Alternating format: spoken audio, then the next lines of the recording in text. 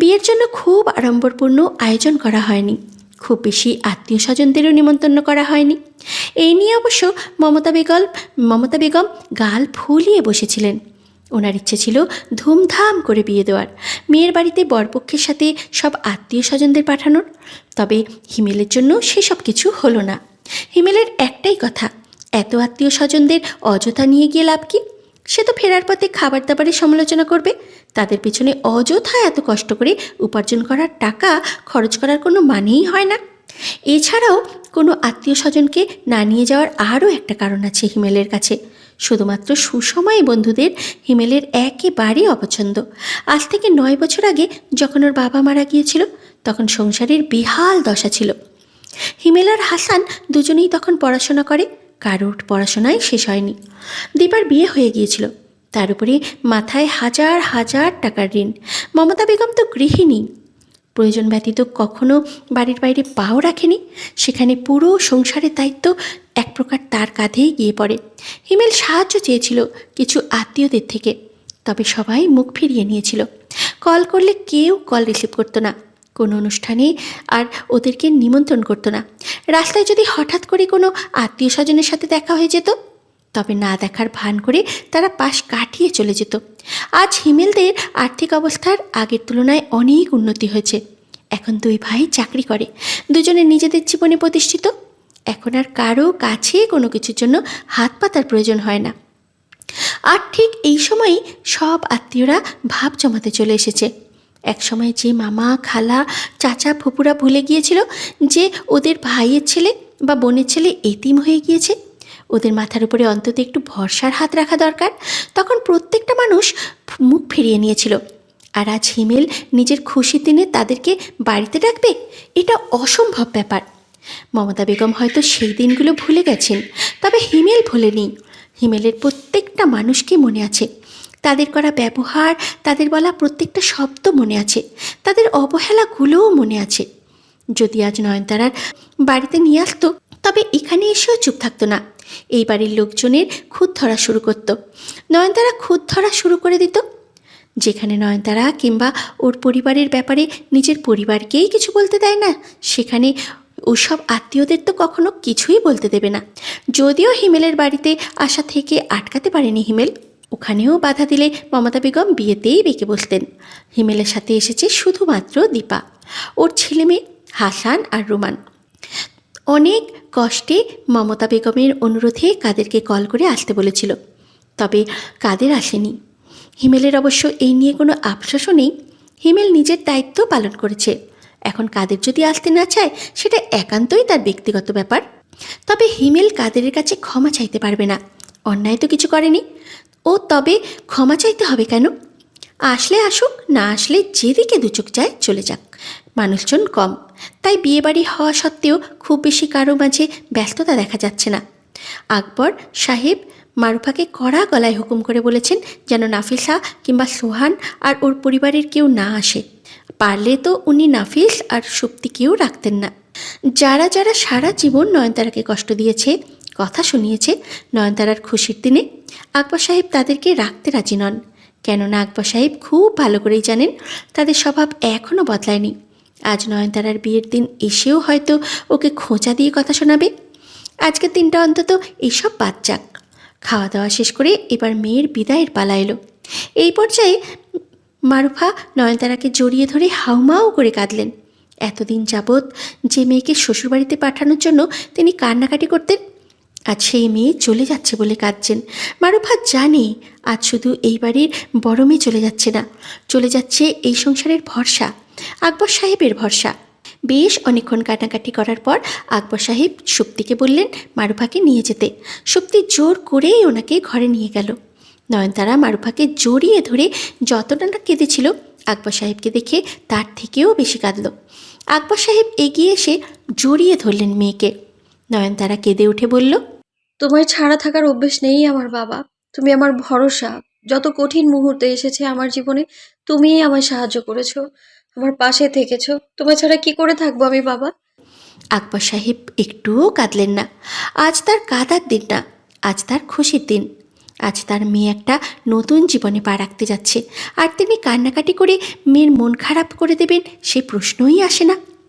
নয়নতারার মাথাটা তুলে চোখের জল মুছে দিয়ে আকবর সাহেব বুঝিয়ে বললেন, শোনো মা, মেয়েরা সারা জীবন বাবার ছায়ার থাকতে পারে না। একটা নির্দিষ্ট সময়ের পরও তাদেরকে নিজেদের বাবার আশ্রয় থেকে বেরিয়ে স্বামীর আশ্রয়ে থাকতে হয়। ভয় পাচ্ছ কেন তুমি? এতদিন আমি তোমায় আগলে রেখেছিলাম, এবার থেকে তোমার সম্পূর্ণ দায়িত্ব তোমার স্বামীর। তুমি জানো বাবা, আমি ভীষণ ভীতু। আমার খুব ভয় করছে এটা ভেবে যে আমি এত দায়িত্ব কি করে পালন করব তোমার পরামর্শ ছাড়া, তোমার সাহায্য ছাড়া যদি কোনো ভুল করে ফেলি আমি। যদি কোনো ভুল করো তবে ক্ষমা চাইতে দ্বিধাবোধ করবে না। ভুল মানুষ মাত্রই হয় মা। নয়নতারা মাথা নাড়িয়ে সায় জানালো। পারবে নয়নতারা, আজ অবধি নিজের বাবার কোনো আদেশ অমান্য করেনি, এবারও করবে না। মেয়ের থেকে ইতিবাচক সাড়া পেয়ে আকবর সাহেব এবার হিমেলকে উদ্দেশ্য করে বললেন, আজ থেকে তুমি এই বাড়ির জামাই বাবা। তুমি আমাদের সম্মান। এই বাড়িতে তোমার সম্মান, কদর কিংবা ভালোবাসার কোনো কিছু কখনোই অভাব হবে না। তবে তুমি খেয়াল রেখো, আমার বাড়িতে আমার মেয়ের জন্য সম্মানের কোনো কমতি না হয়। সংসারের সুখ বজায় রাখার জন্য আমার মেয়ে যা যা করণীয় তা করবে। আমি বলে দিয়েছি ওকে সব। আর আমার মেয়ের সুখ বজায় রাখার জন্য যা যা করতে হয় সেই সব কিছু করার দায়িত্ব তোমার। হিমেল আকবর সাহেবকে আশ্বস্ত করে বলল, আশা করছি এমন দিন আসবে না যেদিন আমাকে আমার স্ত্রীকে আবার তার বাবার হাতে তুলে দিয়ে যেতে হবে। আমি আমার স্ত্রীর দায়িত্ব নিয়েছি, তার মানে সারা জীবনের জন্য নিয়েছি। আপনাকে কথা দিচ্ছি, আজ থেকে নয়নতারার ভালো মন্দ, সুখ দুঃখ, হাসি কান্না, সম্মান সব কিছুর দায়িত্ব আমার। আপনি ওকে ঠিক যতটা যত্নে রেখেছিলেন, আমি চেষ্টা করব তার থেকেও বেশি যত্নে রাখতে। আশা করছি যে কথাগুলো তুমি আজ আমার বলবে সেগুলো সারা জীবন পালন করবে হিমেল। অনেক ভরসা করেছি তোমায়, আমার ভরসার দাম দিও। হিমেল মাথা নাড়িয়ে সায় জানালো। ভরসা রাখবে হিমেল, কথার খেলাপ যে করা হিমেলের স্বভাবেই নেই। হিমেলের বাড়ির ড্রয়িং রুমের সোফায় বসে আছে নয়নতারা। ওকে ঘিরে আশেপাশ থেকে বসে আছে হিমেলের অনেক আত্মীয় স্বজন। সবাই খুঁটিয়ে খুঁটিয়ে নয়নতারাকে দেখতে ব্যস্ত। গায়ে কী কী গয়না আছে সেগুলো দেখতেও ব্যস্ত। আদৌ সেগুলো সোনার নাকি দেখতে সোনার মতন সেই সব জানার জন্য তাদের তুমুল আগ্রহ। ওদের সাথে অবশ্য মমতা বেগমও আছেন। ছেলে শ্বশুরবাড়ি থেকে কোনো কিছু নেবে না বলে জানিয়ে দিয়েছে। অন্তত মেয়েকে ওনারা কিভাবে সাজিয়ে পাঠালো সেটা তো দেখতে হবে। তবে নয়নতারা গয়না দেখে ভালোই সন্তুষ্ট হলেন তিনি। রুমানার থেকে কোনো অংশে গয়না কম পড়েনি এবং সবই যে সোনার সেটাও তিনি জানেন। তবে এত মানুষের মাঝে বসে থাকতে নয়নতারার খুব অস্বস্তি হচ্ছে। এবাড়ির কারো সাথেই তো খুব একটা ভালো পরিচয় নেই। এক হিমেল আছে, তবে এখন আশেপাশে হিমেলকেও দেখা যাচ্ছে না। কোথায় যে গেল লোকটা কে জানে। বোঝা উচিত ছিল তো যে নয়নতারার অস্বস্তি হতে পারে এত মানুষের মাঝে। তার মধ্যে কেউ যে নয়নতারাকে খুব একটা ভালো নজরে দেখছে না সেটাও বুঝতে পারছে। সবাই হয়তো হিমেলের ভয়ে মুখটা বন্ধ রেখেছে, না হলে এতক্ষণে নয়নতারার রূপ নিয়ে অনেক প্রশ্নই উঠত। একটু পরে সেখানে দীপা এসে সবাইকে উদ্দেশ্য করে বলল, তোমরা খেয়ে নাও, যাও। আর নয়ন, চলো তোমায় ঘরে রেখে আসি, বিশ্রাম নেবে। নয়নতারা যেন হাঁপ ছেড়ে বাঁচল। দীপা সোজা হিমেলের ঘরে গেল। ঘরটা অল্প কিছু ফুল দিয়ে সাজানো হয়েছে, খুব জাঁকজমকপূর্ণভাবে সাজানো হয়নি। সাধারণভাবে কিছু গোলাপ আর রজনীগন্ধা ফুল দিয়েই সাজানো হয়েছে। নয়নতারাকে বিছানায় বসিয়ে দিয়ে দীপা বলল, শোনো মেয়ে, সংসারে কিন্তু টুকিটাকি ঝামেলা হবেই। তোমার বড় যা খুব একটা সুবিধার না, ও কিন্তু দিনরাত তোমায় খোঁচাবে। মাও অসন্তুষ্ট তোমার উপর, বুঝতে পারছো? অনেক আশা ছিল ছেলের বউ নিয়ে। আর আর আমার কথা বাদ দাও, দুদিনের অতিথি আমি। আমার মতামত না জানলেও চলবে। তোমাকে এত কিছু বলার আসল কারণ হলো, সব ঝামেলার কথা গিয়ে স্বামীর কানে দিও না। হিমেলের মাথা গরম বেশি, শেষে সংসারে অশান্তি হবে। নয়নতারা বাধ্য মেয়ের মতো মাথা নাড়িয়ে সায় জানালো। দীপা যেতে ধরে আবার থেমে গেল।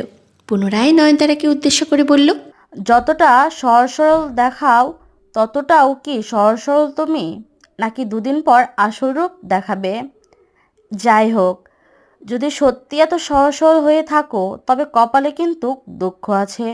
রোমানের সাথে পেরে উঠবে না। আবার বেশি তেজ দেখালেও সমস্যা আছে। মায়ের সাথে পেরে উঠবে না। বুঝে শুনে আচরণ করবে। নয়নতারা আবারও আগের মতনই বাধ্য মেয়ের মতন মাথা নাড়ালো। দীপা এবারে আর থামল না, চলে গেল।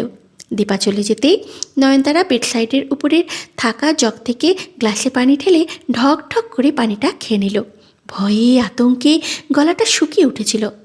বিয়ের পরের অনুভূতি একটা ভয়ঙ্কর হয়। নয়নতারা সেই বিষয়ে বিন্দু মাত্র আন্দাজ ছিল না। নতুন পরিবেশে খাপ খাইয়ে নিতে এতটা অসুবিধা হবে সেটাও ভাবেনি। তবে এখন একটু ভালো লাগছে। অন্তত এখন ঘরে একা আছে, খোঁজানোর মতো কেউ নেই। ঘরে আসতে খুব একটা বেশি রাত করলো না হিমেল। ওই 10:30 11টা নাগাদ ঘরে এলো।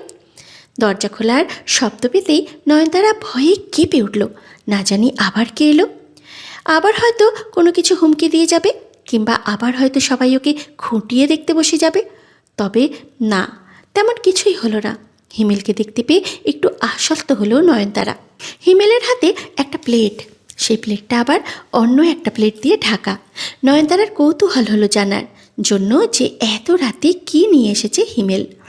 হিমেল প্লেটটা সাইড টেবিলের উপরে রেখে বিছানায় বসে পড়ল। নয়নতারা কৌতূহলী গলায় বলল, কি এনেছেন? তার আগে বলুন, রাতে কিছু খেলেন না কেন? আপনার পছন্দ বলে বিয়ের মেনুতে বিরিয়ানি রেখেছিলাম, তবুও খেলেন না। নয়নতারা অস্বস্তি মাখানো গলায় বলল, খেয়েছি তো। খেয়েছেন ঠিকই, তবে আমি নিশ্চিত পেট ভরেনি। না, ভরেছে। হিমেল একটা দীর্ঘশ্বাস ফেলল। সঙ্গে সঙ্গে আবার একটা লম্বা শ্বাস টেনে কোমল গলায় নয়নতারাকে উদ্দেশ্য করে বলল, শুনুন নয়নতারা, আপনি এই সংসারে 1-2 দিনের জন্য আসেনি, সারা জীবনের জন্য এসেছেন। আজ থেকে এই সংসারটা আপনার। তাই সংসারে অন্যরা কি ভাববে এইটা ভেবে নিজেকে কষ্ট দেওয়া মানে বোকামি। আপনি যত সংকোচ রাখবেন তত নিজেই কষ্ট পাবেন। জানি আজ প্রথম দিন জন্য লজ্জায় খেতে পাননি, তবে পরবর্তীতে যেন এমনটা না হয়। এটা আপনার সংসার, আপনার বাড়ি। আপনার স্বামীর উপার্জনের টাকায় আপনি খাবেন। নয়নতারা মাথা তুলে একবার হিমেলের দিকে তাকালো।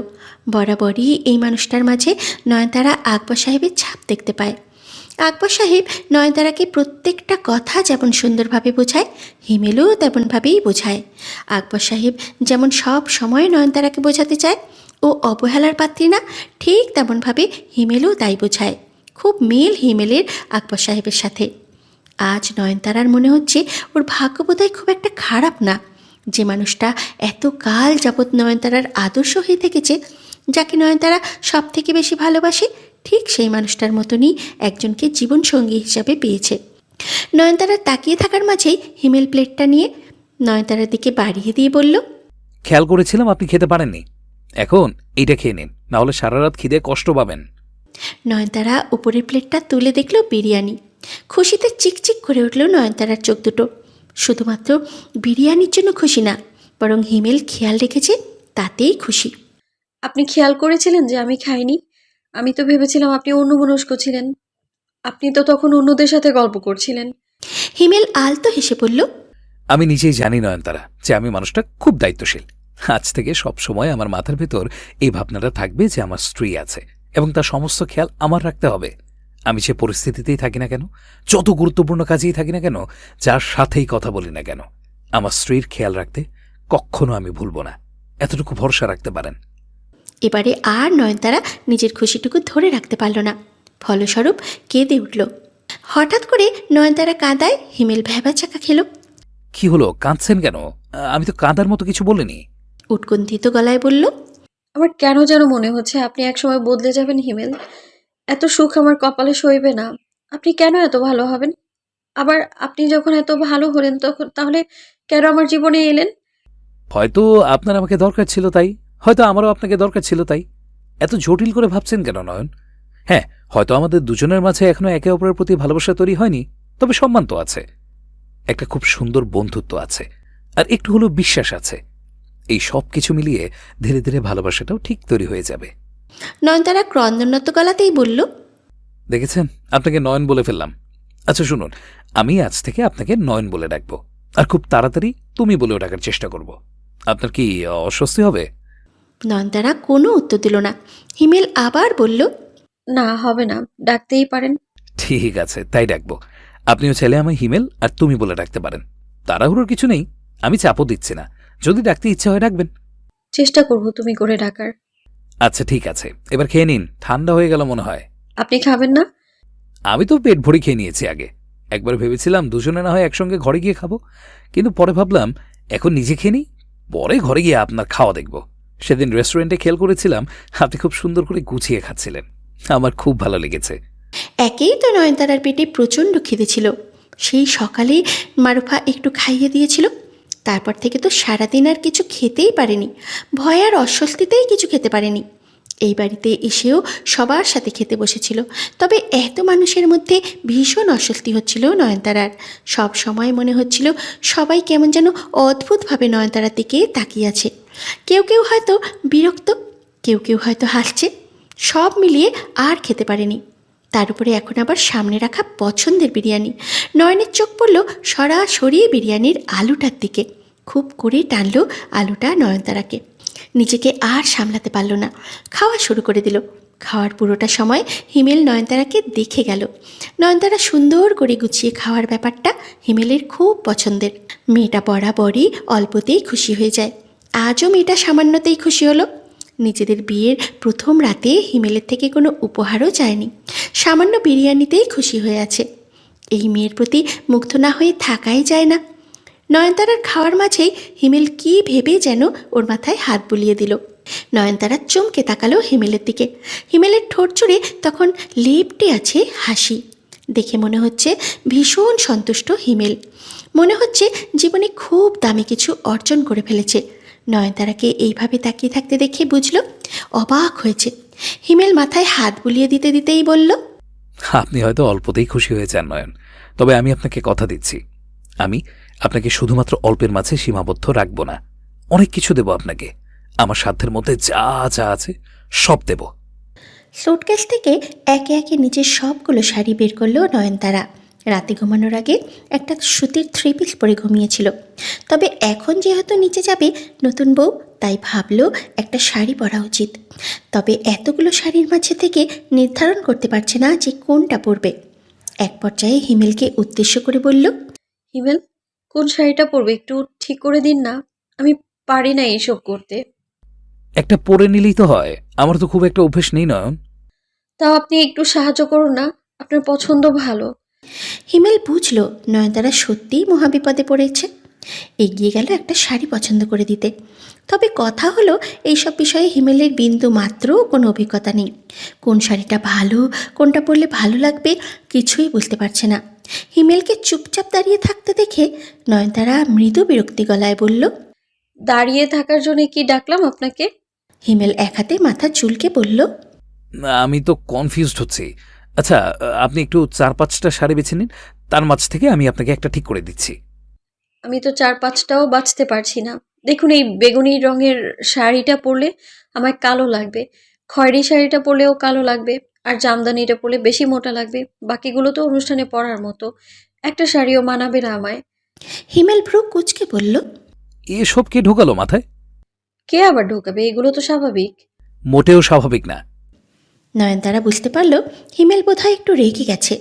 নয়নতারার হাত থেকে শাড়িগুলো নিয়ে বিছিয়ে বিছিয়ে হিমেল একটা কালো আর খয়েরি রঙের মিশেলের একটা তাঁতের শাড়ি বের করলো। এই শাড়িটা হিমেলদের বাড়ি থেকেই গিয়েছিল। হিমেল নিজে পছন্দ করে কিনেছিল। শাড়িটা নয়নতারার হাতে ধরিয়ে দিয়ে বলল, এটা পড়ুন। শাড়ির মাঝে থাকা কালো রঙটা দেখে নয়নতারা আটকে উঠে বলল, এটা পরলে আমার বেশি কালো লাগবে দেখতে। আমার কোনো কালো রঙের জামা ছিল না জানেন, এই কারণে মা সবসময় আমার হালকা রঙের জামা বানিয়ে দিত। আজ নতুন বউ আমি, এই শাড়ি পরে নিচে গেলে দেখতে খারাপ লাগবে তো। হঠাৎ করে নয়নতারা কেমন অস্থির হয়ে উঠল। হিমেল শাড়িগুলো সরিয়ে নিজে নয়নতারার পাশে বসে আলতো করে নয়নতারার গালে হাত রেখে কোমল গলায় বলল, শুনুন নয়ন, আমার চোখে আপনাকে সুন্দর লাগলেই হলো, আর আমার কাছে আপনার আসল সৌন্দর্য হলো আপনার মন, আপনার আচরণ।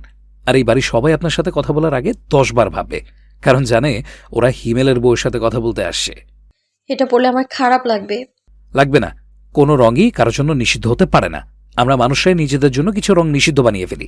আমি চাই না নয়ন আপনি কিছু নির্ধারিত রঙের মাঝে নিজেকে গুটিয়ে রাখুন। এটা পরতে বলছেন? হিমেল আলতো হেসে বলল, হ্যাঁ, এটাই পড়ে আমার সাথে নিচে যাবেন, তারপর কে কি বলে আমি দেখে নেব। এমনিতেও সবকটাকে আর চলে যেতে বলবো, সহ্য হচ্ছে না এগুলোকে আর। আর একটা কথা শুনুন, আমি জানি আপা নিশ্চয়ই আপনাকে বলে গেছে সংসারে অনেক কথা হবে, সেগুলো যাতে আমার কানে না দেন। কি বলেনি? নয়নতারা চুপচাপ মাথা নামিয়ে নিল, কিছু বলল না। হিমেলের কিছু বুঝতে বাকি রইল না। এটা না জানা কোনো কথা না। রোমানাকেও একই কথা বলেছিল, যদিও কাজে লাগেনি। আপা বলেছে বলেই শুনতে হবে এমনটা না। সংসারে হওয়া প্রত্যেকটা ছোট ছোট বিষয় আমাকে বলবেন। কেউ কোনো কথা শোনালে, বাজে কিছু বললে সেগুলো এসে আমায় বলবেন। আমি যদি অন্য কোথাও থেকে পরে শুনি তবে কিন্তু কষ্ট পাবো। আচ্ছা। আমাদের মাঝে কোনো লুকোচুরি থাকবে না নয়ন। আর একটা কথা, ভাবির মুখ বন্ধ রাখা সম্ভব না, সেজন্য আপনাকে আপনার মুখটা একটু হলেও খুলতে হবে। ঝগড়া করতে বলছি না, তবে অপমান করলে চুপ থাকতেও বলছি না। আর মাকে আমি সামলে নেব। আমার অনুপস্থিতিতে যদি কখনো কিছু বলে ফেলে তবে কষ্ট করে একটু সহ্য করে নেবেন। আর আমি এলে আমায় বলবেন, আমি মাকে বুঝিয়ে বলবো।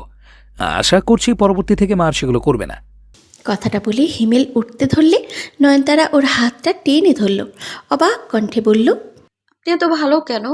আপনি সারা জীবন এমনই থাকবেন তো, নাকি আবার আমার স্বপ্ন দেখিয়ে বদলে যাবেন?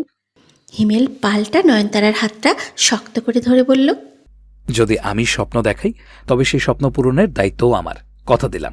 আর আমি এতটাও ভালো না, আপনি হয়তো আমার মতন মানুষের আগে দেখেননি, সেই জন্যই আপনার আমাকে ভালো লাগছে।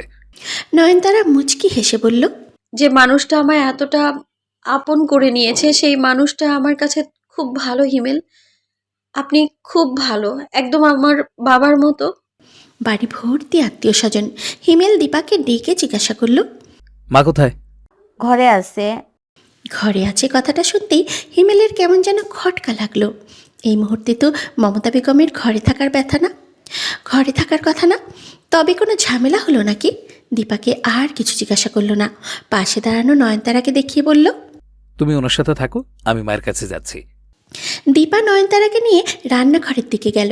ঘরে এসে হিমেল দেখল মমতা বেগম এখনও বিছানায় শুয়ে আছেন।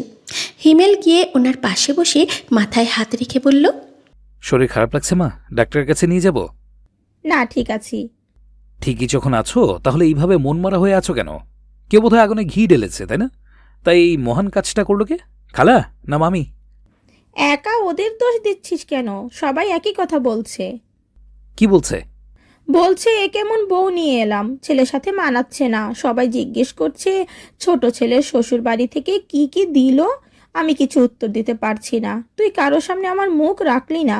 তোর ফুপু আমাকে শুনিয়ে শুনিয়ে বলছিল ছেলেদের শ্বশুর বাড়ি থেকে কত কি পেয়েছে। তোমার কি মনে হচ্ছে এগুলো খুব গর্বের কথা শুনিয়েছেন উনি তোমাকে?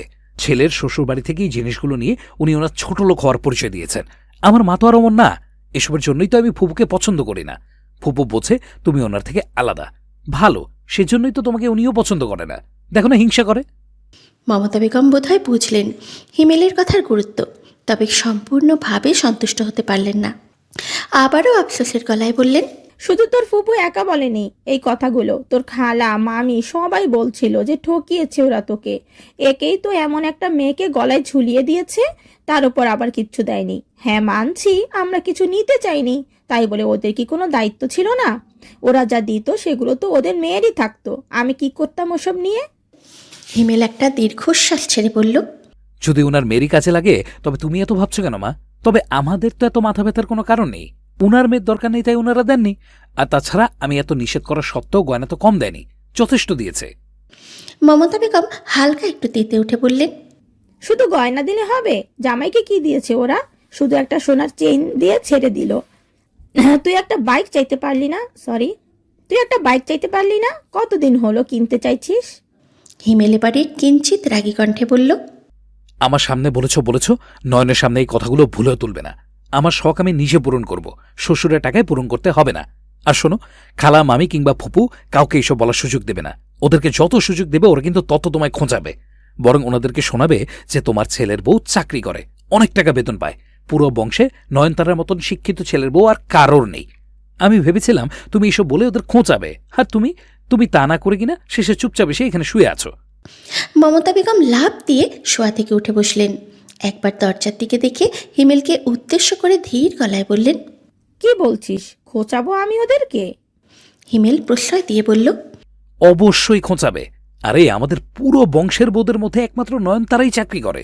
উনার মতন শিক্ষিত আর কারো ঘরে বউ নেই। উনি তো তোমার গর্ব। কারো ছেলের বউই তো তাদের শাশুড়ির কথা ঠিকমতো শোনে না, কিন্তু নয়নতারা শুনবে। তুমি এসব বলে ওদের খোঁচাবে। চলো, এখন এখানে শুয়ে থাকলে পিছিয়ে পড়ে যাবে। আরও অনেকক্ষণ হিমেল অনেক কিছু বোঝালো মমতা বেগমকে। হয়তো তিনি সব কিছু বুঝলেন না, তবে একটা কথা বুঝলেন যে চুপ করে থাকলে চলবে না, তাকেও খোঁচাতে হবে। তার কাছে যা আছে তা দিয়েই খোঁচাতে হবে। আসসালামু আলাইকুম বাবা, কখন আসছেন আপনারা? ওয়ালাইকুম আসসালাম বাবা, তুমি ফোন করেছো, ভালোই হয়েছে। আমি এখনই ফোন করতে যাচ্ছিলাম তোমায়। হিমেল একটু আনন্দিত গলাতেই বলল, এসে গেছেন নাকি আপনারা? কোথায় আছেন বলুন, আমি যাচ্ছি। আকবর সাহেবের কথাটা বলতে একটু অস্বস্তি হলো। ছেলেটা কত আশা নিয়ে আছে, ওনারা যাবে সেই জন্য। নিশ্চয়ই নয়নতারাও অনেক আশা নিয়ে আছে। আকবর সাহেব অস্বস্তি মাখানো গলায় বললেন, আসলে বাবা, আমরা যাব না, তবে তোমার একটা অনুরোধ করেছি, তুমি আমার মেয়েকে নিয়ে এসো। আজকের দিন তো মেয়ের বাড়িতে আসতে হয়। আমি জানি আমাদের বাড়ি থেকে কখনো গিয়ে তোমাদের আনা উচিত ছিল, তবে তুমি জানো আমার মেয়ের কপালটা খুব খারাপ। ওর ভাই নামক একটা অমানুষ আছে যাকে আমি পাঠাতে চাই না। কোনো আত্মীয়কে আমি আমার মেয়ের শ্বশুর বাড়িতে নিতে যেতে চাই না, কারণ ওরা সবাই আমার মেয়েকে কষ্ট দিয়েছে। তবে তোমার অনুরোধ করছি, তুমি আমার মেয়েকে নিয়ে এসো।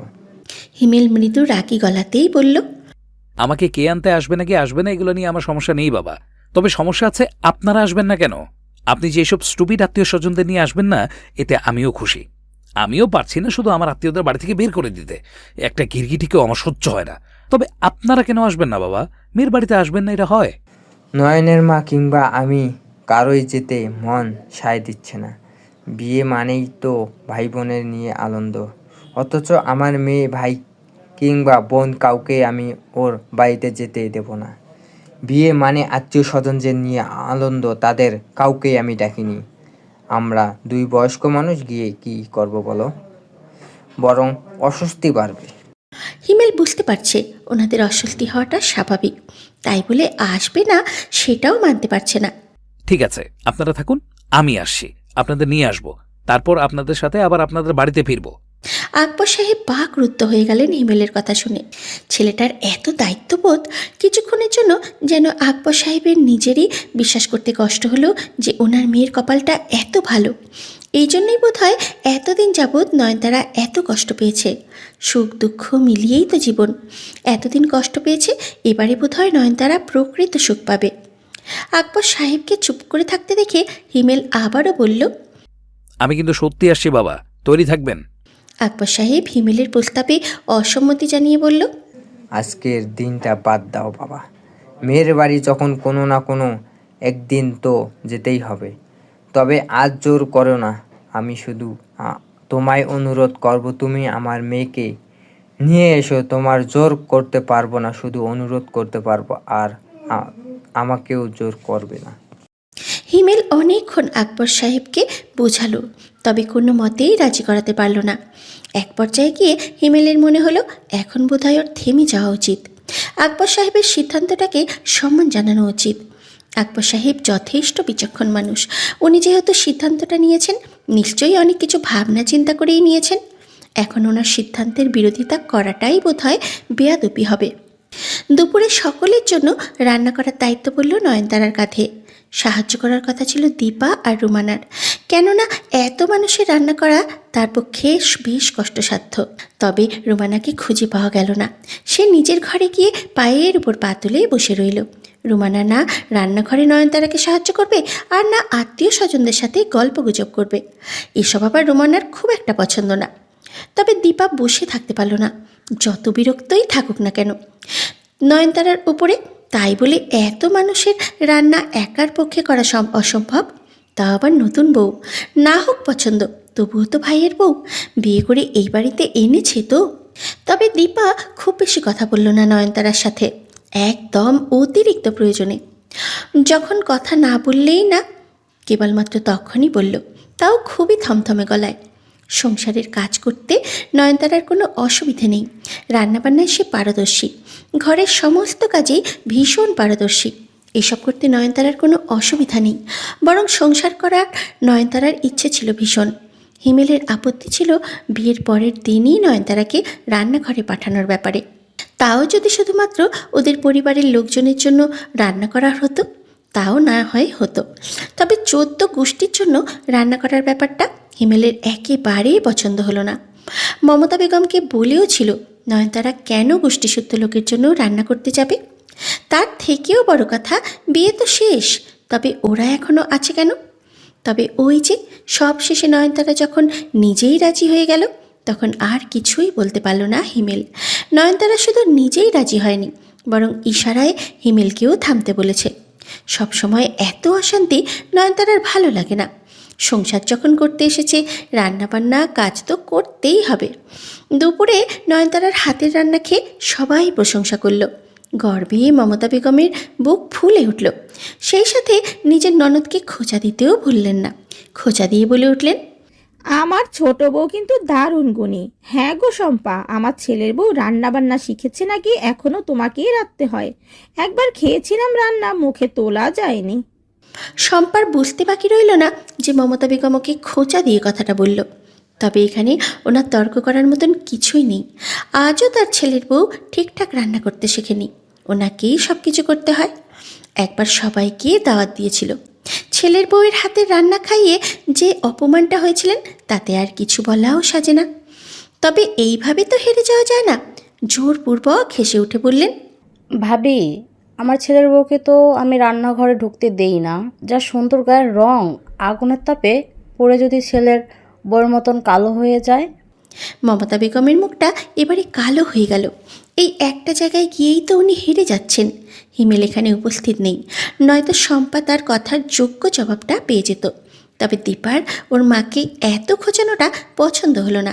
নিজে পাল্টা খোঁচা দিয়ে শম্পাকে বলল, তুমি রূপ নিয়ে বসে থাকো গো। শম্পা ফুপু রূপ দেখে বাড়িতে এনেছিল, সেই তো ঘর সাজিয়ে রাখতে হচ্ছে। আর এদিকে খেটে খেটে তোমার চেহারার অবস্থা খারাপ হয়ে যাচ্ছে। তোমার কপালে আর সুখ জুটলো না। এদিকে আমার মায়ের কপালটা দেখে খুব ভালো লাগে। এখন পায়ের উপরে পা তুলে খাবে। বড় বউ কেমন সেটা আমি জানি না, তবে ছোট বউ ভালো হবে। তোমরা বরং মাঝে মাঝে এসে দেখে যেও আমার মায়ের সুখ। রুমানা সোফায় বসে ফোন চালাচ্ছে। দীপার কথাটা কানে গেল ঠিকই, তবে খুব কষ্টে নিজেকে সংযত করলো। আপাতত এখন এখানে কিছু বলতে চাইছে না। এত মানুষের মাঝে নিজের ভালো রূপটা তো বজায় রাখতে হবে। রুমানা ভদ্রবাড়ির মেয়ে, আর ভদ্রবাড়ির মেয়ে যার তার সাথে মুখ লাগিয়ে ঝগড়া করে না। তবে থেমে থাকলেন না শম্পা। ভাইয়ের মেয়ের এমন খোঁচা দেওয়া কথা মোটেও পছন্দ হলো না তার। তা হ্যাঁ রে দীপা, জামাই কোথায়? বিয়েতে দেখলাম না যে। তোকে যে শ্বশুর বাড়িতে থাকতে দেখি না, সারা বছর বাপের বাড়িতে পড়ে থাকিস। শ্বশুর বাড়ির লোকজন দাম দেয় না নাকি? যে যা পারছে তাই বলে অন্যজনকে খোঁচা দিচ্ছে। কারো মাঝে যেন এই জ্ঞানটাই নেই যে কোথায় কি ব্যবহার করতে হয়। কেউ বুঝতেই পারছে না যে সামান্য তর্কে জেতার জন্য অন্যদেরকে ঠিক কতটা আঘাত করছে। বারবার তাদের দুর্বল জায়গায় খোঁচা দিচ্ছে। বিন্দু মাত্র মানবিকতা বোধ নেই কারো মাঝে। শম্পা দীপার থেকে দুর্বল জায়গাটাতেই আঘাত করেছে। শম্পা দীপার সব থেকে দুর্বল জায়গাটাতেই আঘাত করেছে। বিবাহিত মেয়েদের বিয়ের পর অতিরিক্ত বাপের বাড়ি আসলে এই কথাটাই শুনতে হয়। আর তার এই কথার কোনো জবাবও দিতে পারল না দীপা, কেননা কথাটা সত্যি। দীপাকে চুপ করে থাকতে দেখে শম্পা আবারও বলে উঠল। হিমেলের কণ্ঠটা পেয়ে দীপার মুখে হাসি ফুটে উঠল। কী রে, চুপ করে গেলি কেন? ঝামেলা করে এসেছিস নাকি? নাকি আবার সংসারটা ভাঙতে বসলো? জামাই তো ভালো না। সবই যখন জানেন তাহলে অযথা এত কথা বলছেন কেন? খেতে বসেছেন, চুপচাপ খেয়ে উঠে বাড়ি যান না।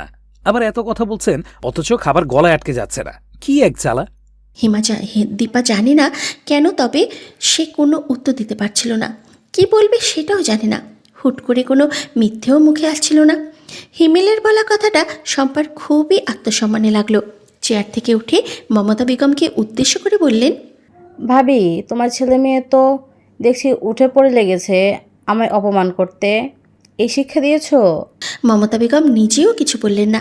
তিনিও অপেক্ষা করলেন হিমেলের উত্তর দেওয়ার।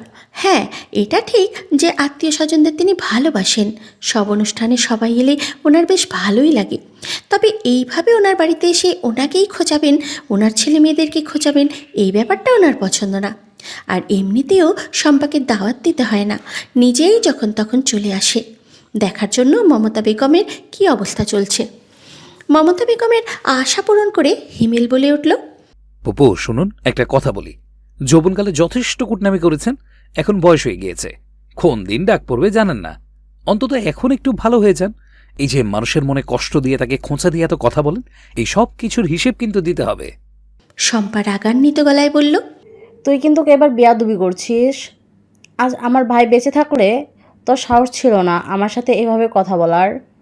আজ আমার ভাই নেই বলে তুই এভাবে বলতে পারছিস? একদমই ঠিক বলেছেন। আপনার ভাই না থাকলে তো আপনাকে দেখিও নি এখানে।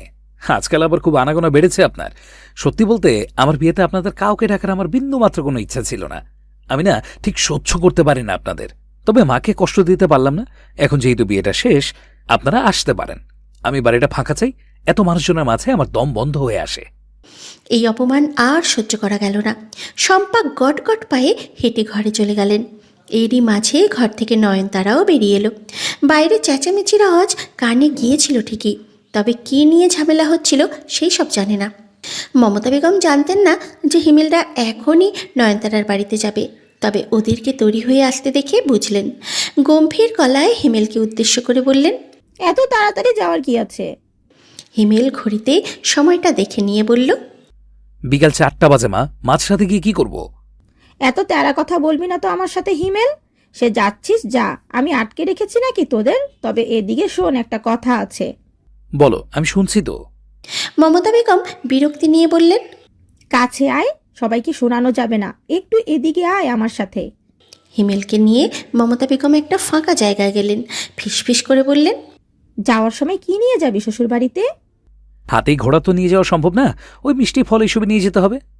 শোন, বিয়েতে তো অনেক মিষ্টি বেঁচে গেছে, আমি একটা নতুন প্যাকেটে ফ্রিজ থেকে কিছু মিষ্টি তুলে দেই, তুই নিয়ে যা। আর ফল কেনার দরকার নেই, ওদের বাড়িতে তো আর ছোট বাচ্চা নেই, ফল কে খাবে? হিমেল বিস্মিত গলায় বলল, কে খাবে না খাবে সেগুলো তো আমার দেখার বিষয় না মা। আর তাছাড়া ফল ছোট বাচ্চারা খায়, এটা কোন দেশের নিয়ম? মমতা বেগম বিরক্তির সহিত বললেন, আচ্ছা ঠিক আছে, নিবি তো নিস, অল্প করে, শুধু একটু আপেল নিস, আর আমি নতুন প্যাকেটে মিষ্টি তুলে দিই, কেমন? রাগে দুঃখে হিমেলের কান্না পাচ্ছে। কিভাবে মানুষ এরকম কথা বলে? বিয়ের পর প্রথম শ্বশুরবাড়িতে যাবে, সেখানে কিনা মিষ্টি নিয়ে যাবে, তাও বাড়িতে থাকা পুরনো মিষ্টিগুলো নতুন প্যাকেটে করে নিয়ে যাবে। তবে হিমেলের মাথায় একটা প্রশ্ন এলো, নতুন প্যাকেট পাবে কোথায়? নিজেকে দমিয়ে রাখতে না পেরে প্রশ্নটা করেই ফেলল। তুমি নতুন প্যাকেট পাবে কোথা থেকে? আরে ফ্রিজে জায়গা ছিল না বলেই তো আগেই প্যাকেট থেকে মিষ্টিগুলো বের করে রেখে দিয়েছিলাম। প্যাকেটগুলো মনে হয় ঝুড়িতে ফেলেছি, ওখান থেকে নিয়ে এসে তুলে দেব, তুই দাঁড়া, আমি দেই। হিমেল গম্ভীর গলায় বলে উঠল। মা থামো। মমতা বেগম কিছু বলার জন্য হিমেলের দিকে তাকালেন, তবে হিমেলের চোখ দেখে আর কিছু বলার সাহস পেলেন না। হিমেল মুখে কিছু বলল না, তারপরেও ওর চোখ যেন অনেক কিছু বলে দিল। বিরক্ত হলেন মমতা বেগম, সেই সাথে রাগও হলো ছেলেটার উপর। ছেলের টাকা বাঁচানোর জন্যই তো এমনটা বলেছেন। এমনিতেই বিয়ের মধ্যে অনেক টাকা খরচ হয়ে গেল, এখন আবার শ্বশুরবাড়িতে যাওয়ার সময় এক গাড়ি খাবার নিয়ে যাওয়ার কী দরকার? কিন্তু ছেলেটা নিজের ভালো বুঝবে না তো। রাগান্বিত গলায় হিমেলকে উদ্দেশ্য করে বললেন, যা ভালো বুঝিস তাই কর, নিজের ভালো তো সহ্য হবেই না। কথাটা বলেই মমতা বেগম চলে গেল। উনি চলে যেতেই হিমেল হেসে উঠল। বুদ্ধিটা অবশ্য খারাপ দেয়নি মমতা বেগম, আসলেও টাকা বেঁচে যেত। তবে আফসোস, হিমেল এমনটা করতে পারবে না। ড্রয়িং রুমের সোফায় বসে হিমেল আকবর সাহেবের সাথে গল্প করছেন।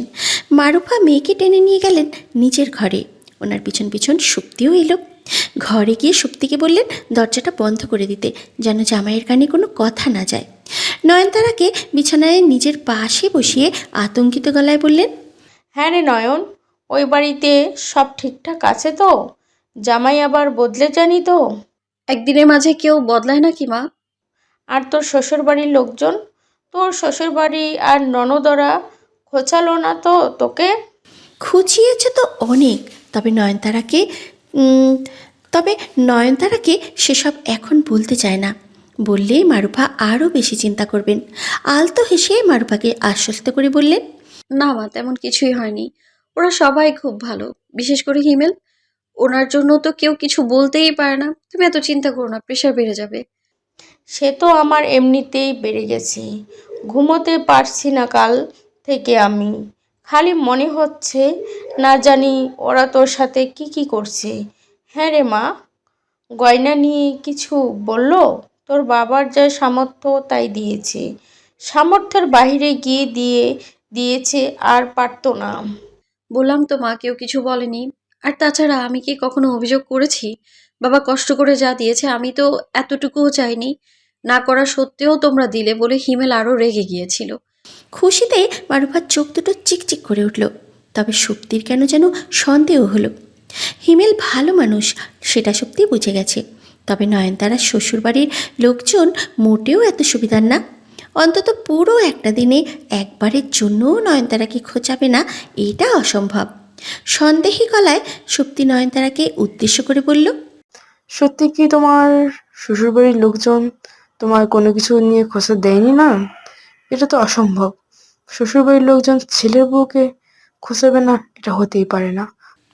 নয়নতারা আলতো হেসে বলল, সব শ্বশুরবাড়ির লোকজন খোঁচায় না ভাবি। আমরা কেউ কি কখনো তোমার সাথে এসব করেছি? তার বোন তো খোঁচা দিয়েছে। সে ওর সাথে তোমার মিলও বেশি, আবার ওর সাথে তোমার ঝামেলাও বেশি। ওর কথা আমাকে বলো না। এই ঝামেলাগুলো বরং তুমি ওর সাথে গিয়ে সমাধান করে নিও। আমার শ্বশুরবাড়ির লোকজন এমন না, অন্তত আপাতত এমন কিছু হয়নি। সুপ্তি ভেঙচি কেটে বলল, না হলে ভালো অবশ্য। সবার কপালে তো আর তোমার ভাইয়ের মতো স্বামী জোটে না। সে ভালো হলে শ্বশুরবাড়ির লোকজন এমনই দাম দেয়। নয়নতারার পরিবর্তে মারুফা এবারে মৃদু রাগী গলায় বলে উঠলেন, আমার ছেলে আর কতটুকু ভালো হতে হবে সুপ্তি? আলাদা থাকতে চাইছো, বেশ আলাদা হও না। আমরা তো ধরিনি তোমায়। তবে একই বাড়িতে থেকে আর কত ভালো হতে বলছো? আর কতটা নিজের মা বাবাকে ভুলে থাকতে বলছো?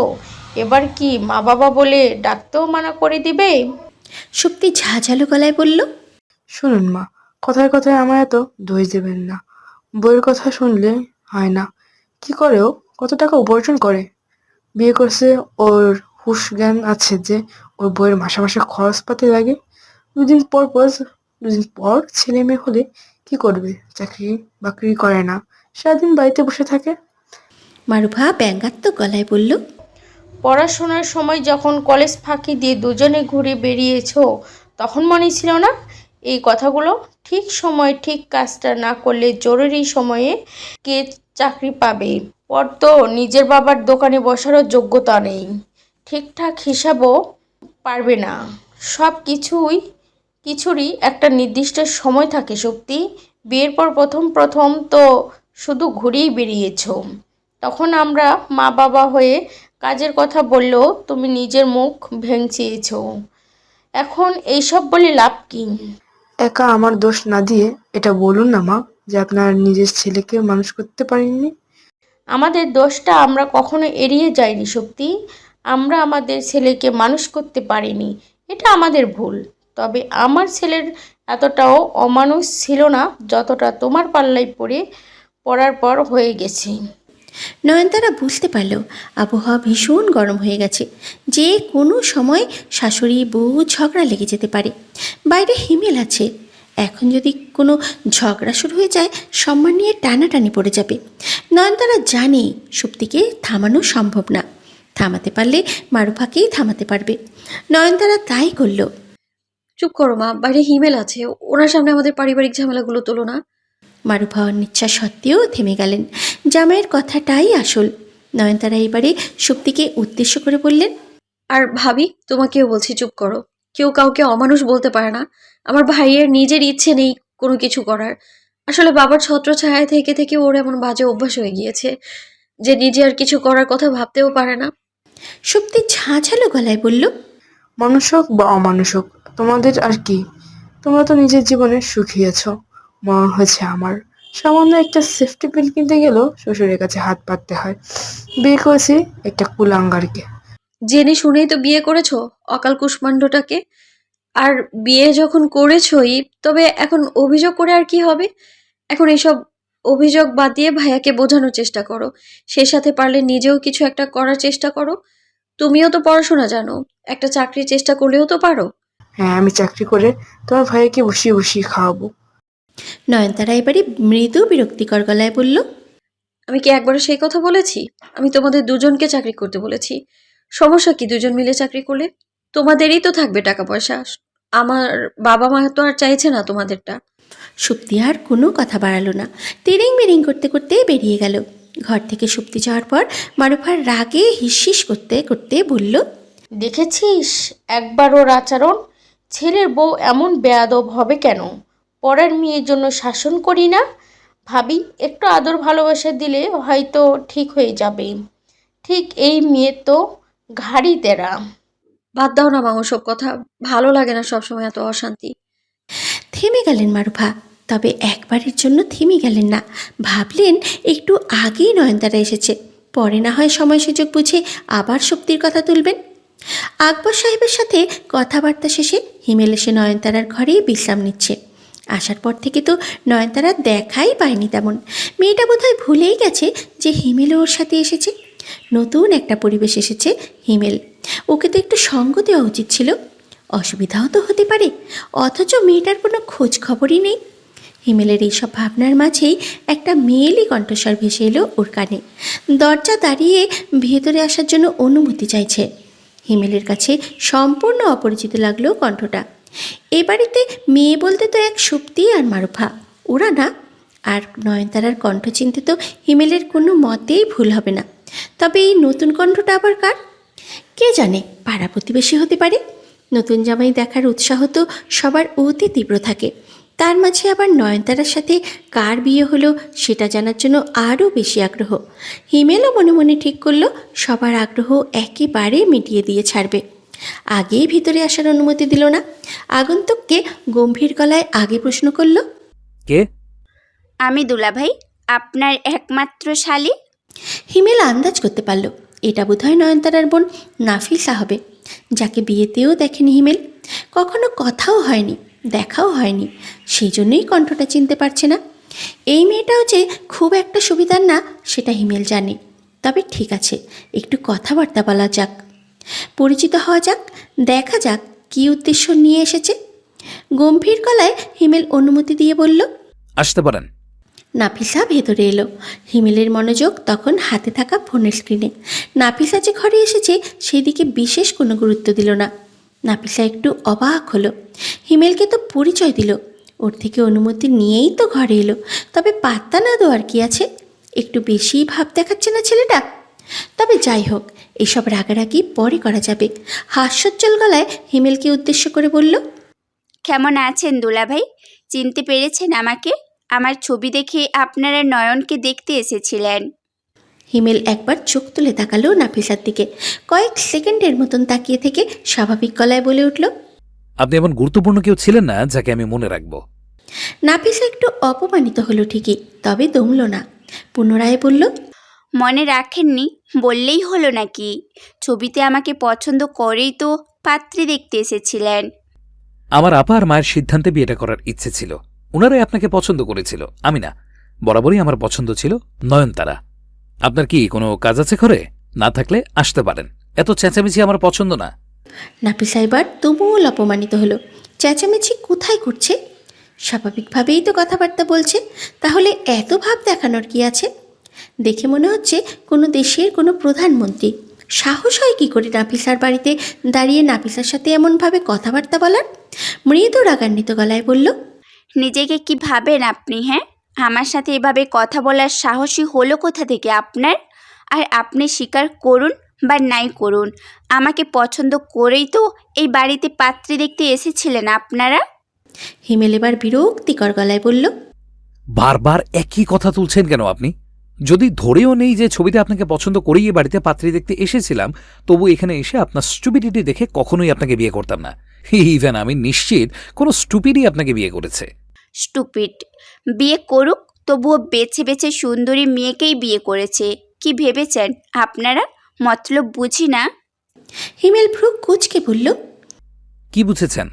নাফিসা ব্যঙ্গাত্মক গলায় বলল, নয়নের মতো মেয়েকে আপনার মতো সুন্দর হ্যান্ডসাম ছেলে তো আর এমনি এমনি বিয়ে করবে না।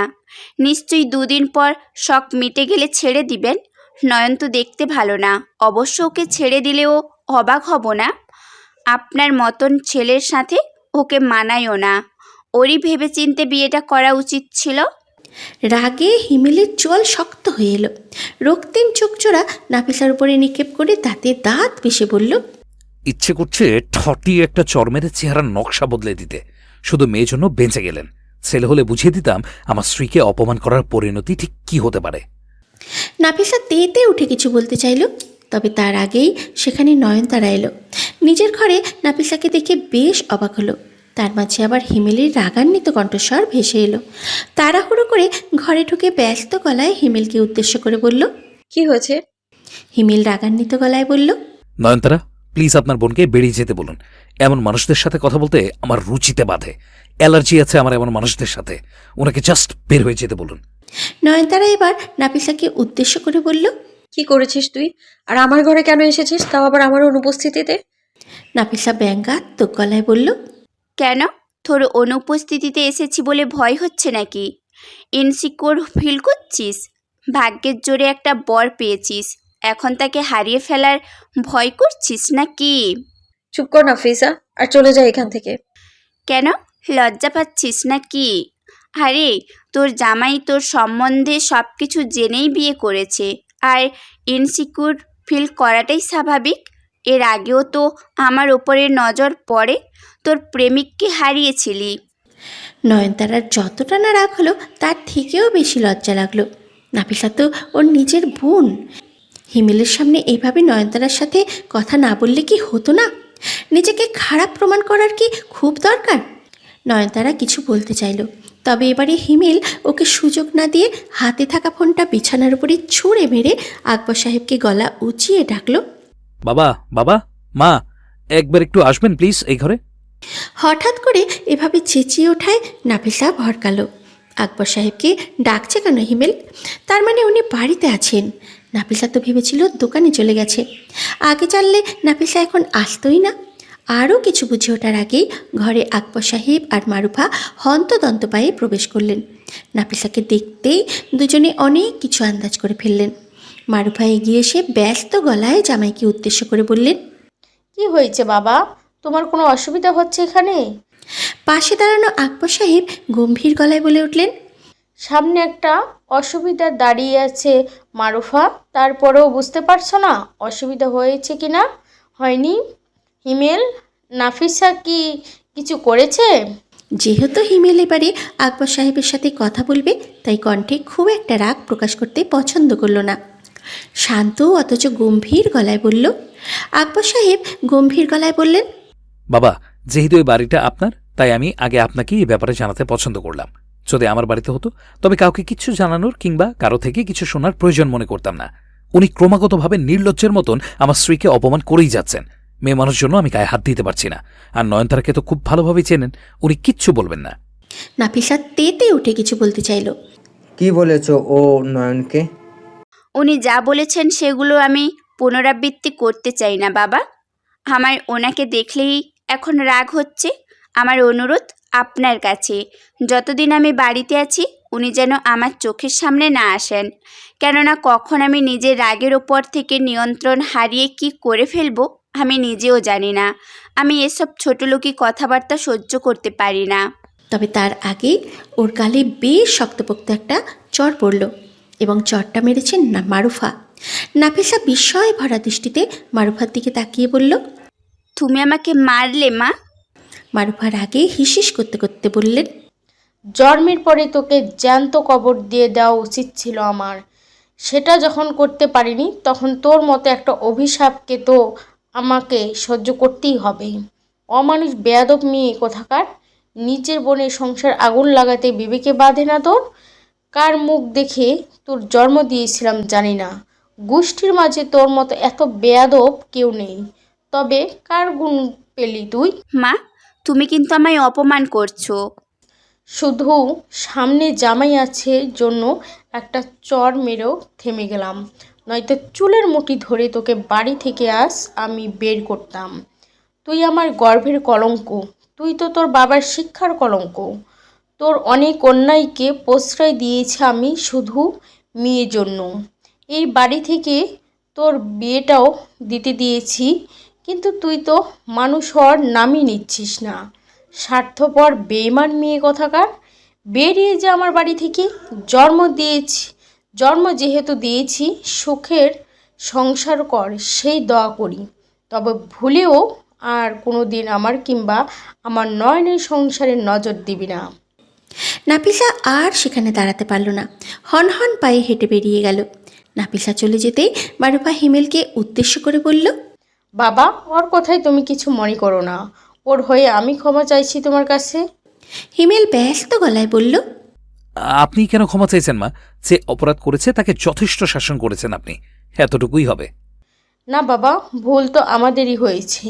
তুমি বিয়ের পর প্রথমবার শ্বশুরবাড়িতে এলে, তোমার যেন অসুবিধা না হয় সেই সব দেখার দায়িত্ব ছিল আমাদের। অথচ তুমি বিরক্ত হয়ে গেলে। তবে আমার নয়ন কিন্তু নাফিসার মতো না। ও খুব ভালো মেয়ে বাবা, তুমি ওর ওপর রেগে যেও না। হিমেল এবার একটু শব্দ করে হেসে উঠল। ওর হাসি দেখে মারুফা ভয় পেলেন, ভাবলেন আবার বেশি রেগে গেল কিনা। হয়তো উনি ভুলভাল কিছু বলে ফেলেছেন। এই জন্যই তো মেয়ের শ্বশুরবাড়ির লোকজন কিংবা জামাইয়ের সামনের সচরাচর মুখ খোলেন না। আতঙ্কিত গলায় বললেন, আমি কি ভুল কিছু বলে ফেললাম বাবা?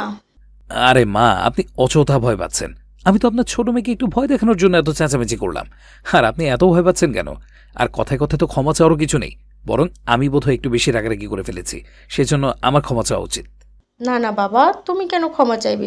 ছি, তুমি এ বাড়ির জামাই, তোমার ক্ষমা চাইতে নেই। হিমেল আলতো হেসে বলল, জামাই বলে দূরে সরিয়ে দিচ্ছেন মা? আমি কোনো ভুল করলে আমায় শাসন করতে পারেন আপনারা, সে অধিকার আছে আপনাদের। আমি জানি বাবা করবে, তবে আমার মনে হচ্ছে আপনার আমাকে খুব একটা পছন্দ হয়নি, সেজন্য বারবার জামাই জামাই বলে দূরে ঠেলে দিচ্ছেন। মারুফার চোখে মুখে এক ভয়ঙ্কর আতঙ্ক ফুটে উঠল। কোনটা মজা করে বলা কথা সেটাও তিনি বোঝেন না। হিমেল ওনার সাথে একটু মজা করল সেটাও বুঝতে পারল না, বরং ভয় পেয়ে গেলেন। আতঙ্কিত গলায় বললেন, না বাবা, তোমায় দূরে ঠেলে দেই কি করে? আমার বড় জামাই তুমি, তুমি তো এই বাড়িরই একজন। আসলে না, আমি মানুষের সাথে খুব একটা মিশতে পারি না, মনে হয় ভুলভাল কিছু বলে ফেলবো, সেজন্য তোমার সাথে কথা বলিও না তেমন একটা। হিমেল আবারও হাস্যোজ্জ্বল গলায় বলল, আমার সাথে কথা বলতে গেলে তো ভাবতে হবে না আপনাকে মা, যা ইচ্ছে হয় বলে ফেলবেন। আর শুনুন, আমি কিন্তু সারাদিন আপনার সাথেই বেশি গল্প করব, আপনার সাথে একটা দারুণ সম্পর্ক তৈরি করে তারপরে এই বাড়ি থেকে যাব। মারুফা আলতো হেসে শুধু মাথা নাড়িয়ে সম্মতি জানালেন। পাশে দাঁড়ানো নয়নতারা ছলছল দৃষ্টিতে হিমেলের দিকে তাকিয়ে থাকলো। আকবর সাহেব একটু দাঁড়িয়ে থেকে চলে গেলেন সেখান থেকে। নয়নতারার যেন বিশ্বাসই হয় না যে কোনো মানুষ এতটা ভালো হতে পারে, চমৎকারভাবে যে কোনো পরিস্থিতি সামাল দিয়ে দিতে পারে। পরিস্থিতি স্বাভাবিক করার কি অপূর্ব ক্ষমতা হিমেলের মাঝে। মানুষটা সত্যিই চমৎকার। সকাল সকাল ঘুম থেকে উঠে আকবর সাহেবের সাথে বাজারে গিয়েছিল হিমেল। বাইরে উঠোনে একটা মাচা আছে, বাজার থেকে ফিরে এসে ওখানেই বসলো। মারুফা এসে চা দিয়ে গেলেন দুজনকে। একটু পরে আকবর সাহেব উঠে ঘরের ভেতরে চলে গেলেন, তবে হিমেল গেল না। বাইরে বসে থাকতেই বেশ ভালো লাগছে। পকেট থেকে ফোনটা বের করে মায়ের নাম্বারে কল করলো। ফোনটা রিসিভ করে মমতা অভিমান মাখানো গলায় বললেন, এতক্ষণে মনে পড়লো মায়ের কথা? আমি তো ভেবেছি ভুলেই গেছিস যে বাড়িতে একটা মা রেখে গিয়েছিস। সকাল 8টা বাজে মা, আমি জানি তুমি 7:30 ঘুম থেকে ওঠো। ঘুম থেকে উঠে হাত মুখ ধুতেও একটু সময় লাগবে, তাই না? সেই জন্য এখন ফোন দিলাম। আর তাছাড়া রাতে ঘুমানোর আগেও তো তোমার সাথে কথা বলেছি আমি, তবে ভুলে গেলাম কোথায়। মাঝরাতে কি আরও একবার কল করতে হতো? মমতা বেগম তেতে উঠে বললেন, এত খোঁচা দিচ্ছিস কেন আমাকে? বউ শিখিয়েছে নাকি? হিমেল এবারে মৃদু বিরক্তিকর গলায় বলল, বারবার সবকিছুর মাঝে বউকে টানবে না। বউ বউয়ের জায়গায়, মা মায়ের জায়গায়। আমি ছোট বাচ্চা নাকি যে নয়নতারা আমাকে কিছু শিখিয়ে দেবে? আর সবাই মিলে তো নয়নতারাকে খোঁচায়, ও আর অন্যকে কি খোঁচাবে? ভালোই, বউয়ের হয়ে ওকালতি করতে শিখে গেছিস একদিনের মাঝে। কে জানে কয়েকদিন পর কি অবস্থা হবে। আমার তো মনে হচ্ছে তুই হাসানকেও ছাড়িয়ে যাবি। দুদিন পর হয়তো আমাকে দেখে বলবি আমি কে। হিমেলের হুট করে মনে হলো এই মুহূর্তে বোধহয় মমতা বেগমকে কলটা করাই ভুল হয়েছে। খুব সুন্দর একটা মুহূর্ত কাটাচ্ছিল, পরিবেশটা কেমন করে নষ্ট করে দিলেন মমতা বেগম। বারবার এই কথা হিমেলের ভালো লাগে না। বিয়ে হয়েছে জন্য সব দোষ বউকে দিতে হবে কেন? হিমেল কি আগে এমনভাবে কথা বলতো না? হিমেলের ব্যবহারে কি বিন্দু মাত্র কোনো পরিবর্তন এসেছে বলে মমতা বেগম বলতে পারবে? পারবে না। কিন্তু তারপরেও ওনার সমানে নয়নতারাকে দোষারোপ করতেই হবে। সেই সাথে এটাও বলতেই হবে যে হিমেল বদলে যাবে।